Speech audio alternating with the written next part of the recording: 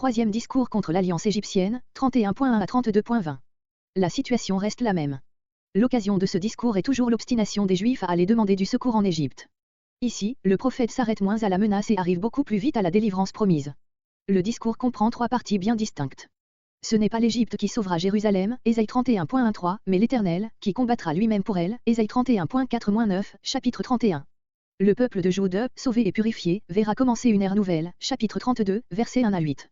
Avant de donner les derniers traits à son tableau de la bénédiction à venir, le prophète revient encore aux châtiments par lesquels on devra passer, et cette fois, comme dans la seconde partie du chapitre 3, il s'adresse aux femmes et leur déclare qu'elles auront aussi leur part dans la catastrophe, versets 9 à 14.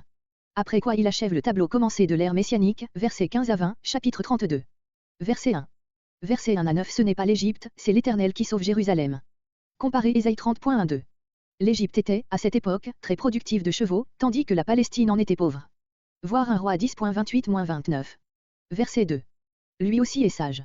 Il y a quelque ironie dans ces mots, qui au fond signifie, lui aussi sait ce qu'il fait, il ira jusqu'au bout et fera échouer cette politique qui ne convient pas à ses plans. La maison des méchants, Jude. Le secours des ouvriers d'iniquité, le secours des Égyptiens. Verset 3. Comparé. Jérémie 17.5. Verset 4. L'Éternel est comparé à un lion. Il mettra la même ténacité à défendre Jérusalem que cet animal à défendre sa proie, quel que puisse être le nombre des ennemis qui se rassembleront contre elle, comparé Ésaïe 29.18.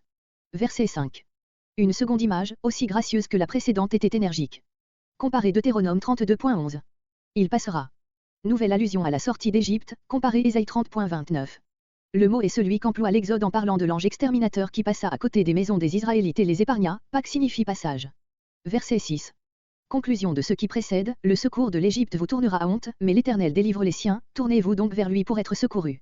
Dont vous vous êtes tant éloignés, littéralement, contre lequel ils ont approfondi leur révolte. Verset 7. Ils jetteront en ce jour leurs idoles, dans le dépit de voir qu'elles n'ont servi à rien, Ésaïe 2.20, Ésaïe 30.22. Verset 8. Par l'épée, celle de l'ange de l'Éternel, comparé Ésaïe 37.36 et Ésaïe 27.1. Verset 9. Son rocher, parallèle à ses princes. Le rocher d'Assur est le roi d'Assyrie qui s'enfuit à Ninive après la destruction de son armée, Ésaïe 37.37. Ce rocher prend la fuite, parce qu'il n'est pas un véritable rocher à la différence du rocher d'Israël, Jéhovah, Ésaïe 30.29.